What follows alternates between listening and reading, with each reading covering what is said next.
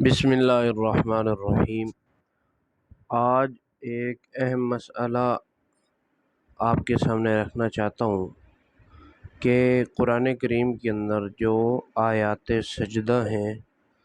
ان پر سجدہ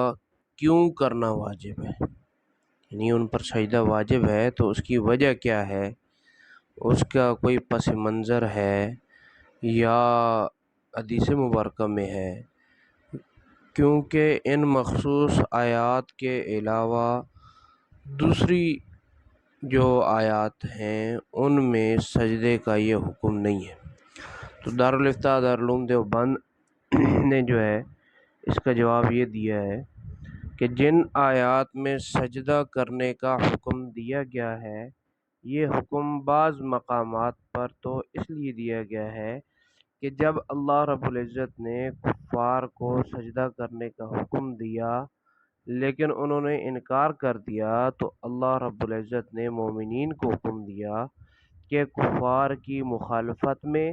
اور ان کو ذلیل کرنے کے لیے وہ اس مقام پر سجدہ کریں،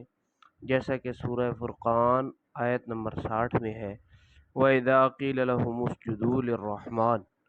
اور بعض مقامات سجدہ وہ ہیں کہ جن میں انبیاء کرام یا ملائکہ کے سجدہ کرنے کی حکایت نقل کی گئی ہے،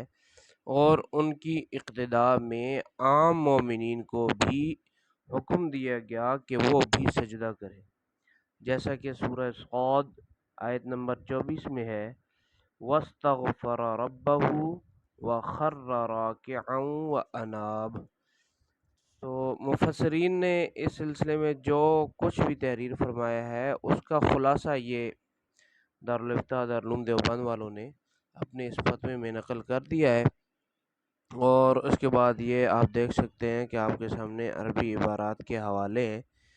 تو مختصر یہ ہے کہ آیات سجدہ میں سجدہ کرنے کی جو حکمت ہے دو ہیں، ایک یہ کہ کفار کی مخالفت، دوسری یہ ہے کہ انبیاء کرام کی یا ملائکہ کی متابعت یا ان کی اقتداء۔